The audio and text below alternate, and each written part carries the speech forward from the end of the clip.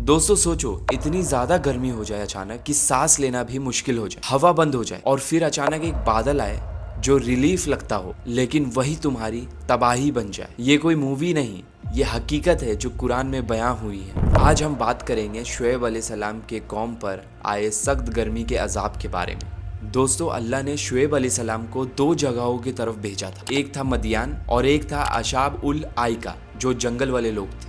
ये लोग आज के टाइम के हिसाब से एक बिजनेस कम्युनिटी के लोग थे, जैसे कि ट्रेडिंग करना, मार्केट में माल बेचना, लोगों से डील करना।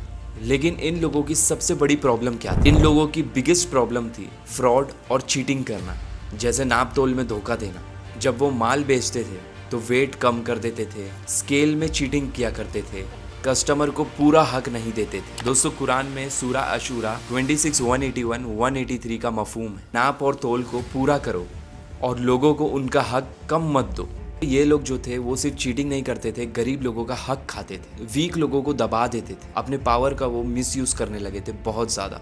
यानी सोसाइटी में जो इनजस्टिस था वो कॉमन हो चुका। उनको लगता था हम बहुत स्मार्ट हैं और जो बिजनेस है उसमें हम बहुत चालाक हैं और कोई हमें पकड़ नहीं सकता फ्रॉड या चीटिंग करने से। जब हज़रत शुएब अलैहिस्सलाम ने उन्हें समझाने की कोशिश की तो उन्होंने शुएब अलैहिस्सलाम का मजाक बनाया, बोला कि तुम बहुत सीधे हो, तुम्हें बिजनेस और ये सब कुछ समझ में नहीं आता, और उनकी बात को उन लोगों ने रिजेक्ट कर दिया। हज़रत शुएब अलैहिस्सलाम का जो मैसेज था वो बहुत क्लियर और सिंपल था। सिर्फ इबादत ही नहीं, ईमानदारी भी बहुत ज़रूरी है। उन्होंने उन लोगों को कहा कि अल्लाह से डरो, चीटिंग बंद कर दो, इंसाफ करो और लोगों का जो हक है वो उन्हें वापस कर दो। दोस्तों, ये भी कुरान में आता है, सूरा हुद 11, 84, 85 का मफहूम है कि मैं तुम्हें इस्लाह सुधार की तरफ बुला रहा हूँ जितना मैं कर सकता हूँ। लेकिन जो ये कौम है इसने क्या किया?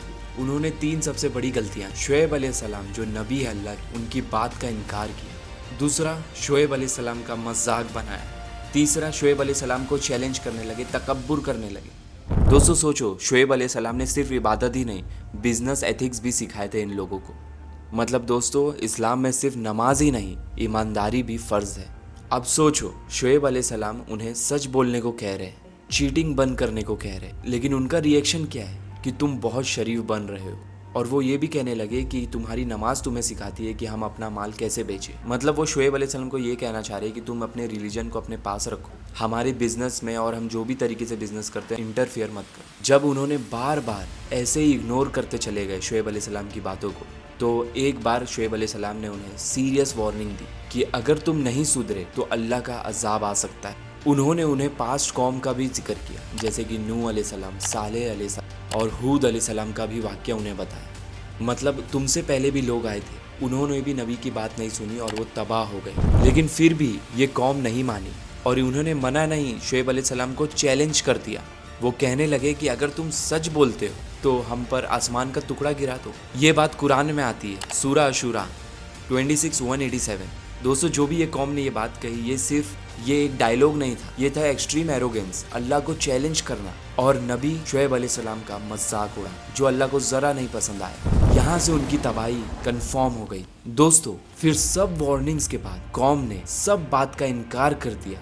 तब जाके वो वक्त करीब आ गया जिनका उन्होंने मजाक उड़ाया था, अल्लाह का अजाब, जो था गर्मी का सख्त अजाब। दोस्तों, अचानक शहर में हवा रुक गई, गर्मी बढ़ती चली गई, आसमान बिल्कुल क्लियर हो गया, कोई भी बादल नजर नहीं आ रहा था। ये नॉर्मल गर्मी नहीं थी, ये घुटन वाली गर्मी थी। लोग पानी पीते लेकिन प्यास वापस लग जाती। दोस्तों, इस कौम पर कंटिन्यूस टॉर्चर सिचुएशन क्रिएट हो गई थी। दोस्तों, जैसे जैसे दिन गुजरता गया लोग चीखते रहे, लेकिन आपको तो मालूम है अब बहुत देर हो चुकी। फिर अचानक एक दिन एक आसमान पे बादल नजर आया। सोचो, आप इमेजिन करो उस मोमेंट को। लोगों के चेहरे पे उम्मीद आ गई। फाइनली सबने सोचा कि अब हमें जाके ठंडक मिलेगी। पूरी कौम दौड़ते हुए उस बादल के नीचे जमा हो गए और कहने लगे ये अल्लाह की रहमत है हम पर। लेकिन बहुत देर हो चुकी थी, वो बादल रहमत बनकर नहीं, अज़ाब बनकर आने वाला था। दोस्तों, कुरान सूरा अशूरा में 26, 189 में आता है, फिर उन्हें साये वाले दिन के अज़ाब ने पकड़ लिया।